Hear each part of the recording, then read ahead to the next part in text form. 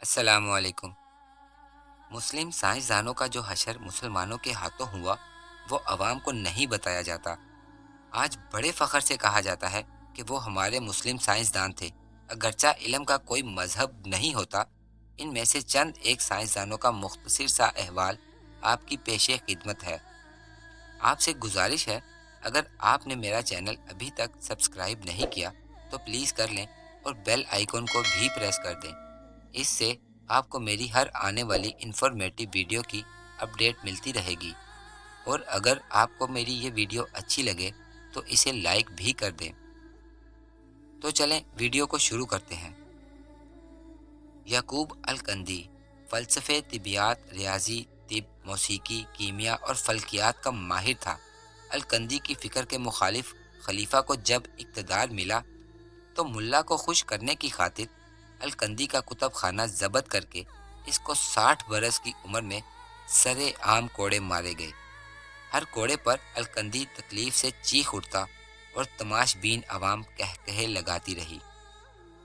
ابن رشد یورپ کی نشاط ثانیہ میں کلیدی کردار ادا کرنے والے اندلس کے مشہور عالم ابن رشد کو بے دین قرار دے کر اس کی کتابیں نظر آتش کر دی گئیں۔ ایک روایت کے مطابق اسے جامعہ مسجد کے ستون سے باندھ دیا گیا اور نمازیوں نے اس کے منہ پر تھوکا۔ اس عظیم عالم نے زندگی کے آخری دن ذلت اور گمنامی کی حالت میں بسر کر دیے۔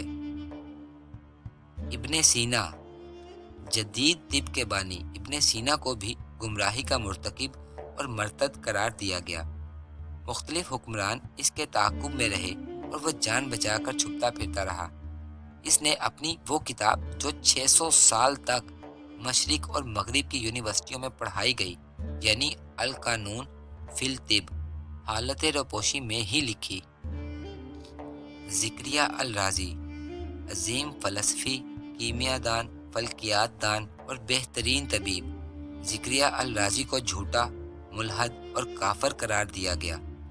حاکم وقت نے حکم سنا دیا کہ رازی کی کتاب اس وقت تک اس کے سر پر ماری جائے جب تک یا تو کتاب نہیں پھٹ جاتی یا رازی کا سر۔ اس طرح بار بار کتابیں سر پہ مارے جانے کی وجہ سے رازی اندھا ہو گیا اور اس کے بعد موت تک کبھی بھی نہ دیکھ سکا۔ جابر ابن حیان، جسے مغربی دنیا انہیں جدید کیمیا کا فادر کہتے ہیں، جس نے کیمیا، طب، فلسفہ اور فلکیات پر کام کیا، جس کی کتاب الکینیا اور کتاب الصابئین صرف مغرب کی لائبریریوں میں ہی ملتی ہے۔ جابر بن حیان سے انتقامی سلوک حکومت وقت کو جابر کی بڑھتی ہوئی شہرت کھٹکنے لگی۔ جابر کا خراسان میں رہنا مشکل ہو گیا۔ اس کی والدہ کو کوڑے مار مار کر شہید کر دیا گیا۔ جابر اپنی کتابوں اور لیبارٹری کا مختصر سا سامان سمیٹ کر عراق کے شہر بصرہ چلا گیا۔ بصرہ کے لوگ جابر کے علم کے گرویدہ ہو گئے۔ جابر جیسی کیمیا گری اور علمی گفتگو انہوں نے اس سے قبل کبھی نہیں سنی تھی۔ جابر نے انہیں زمین سے آسمان اور زمین سے اس کی تہوں تک کا سفر کروا دیا۔ حاکم بصرہ کو بھی اس کی شہرت برداشت نہ ہوئی۔ حاکم کے درباری جابر کی بڑھتی ہوئی علمی شہرت اور مسلکی اختلاف کو حکومت کے لیے خطرہ سمجھنے لگے۔ ایک دن جابر کو الزامات کی زد میں لا کر قاضی بصرہ کے سامنے پیش کیا گیا۔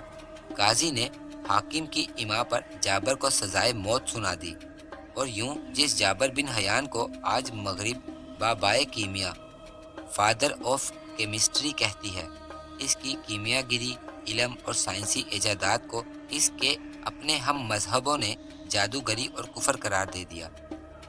اگر ہم نے وقت رہتے ان کی قدر کی ہوتی اور ان کی علمی سوچ اور ذہانت کی قدر کر کے اس سے مستفید ہوتے تو شاید آج ہم مغرب سے زیادہ ترقی کر چکے ہوتے، لیکن چند حکمرانوں کی چھوٹی اور تنگ سوچ کی وجہ سے ہم نے بہت سے انمول ہیرے نہ صرف گنوا دیے بلکہ ان کی علمی سوچ سے بھی مستفید نہ ہو سکے، اور اپنا سب کچھ اپنے ہاتھوں مغرب کو سونپ دیا، اور آج حالت یہ ہے کہ ذلیل و خوار ہو کر رہ گئے ہیں۔ اور آج صرف اس بات کا ڈھنڈورا پیٹا جا رہا ہے کہ مسلمانوں میں بھی بہت بڑے بڑے سائنسدان کبھی ہوا کرتے تھے۔ یہ سچ ہے کہ ہوا کرتے تھے، لیکن ہم نے ان کی قدر نہیں کی۔ مجھے اجازت دیں اللہ حافظ۔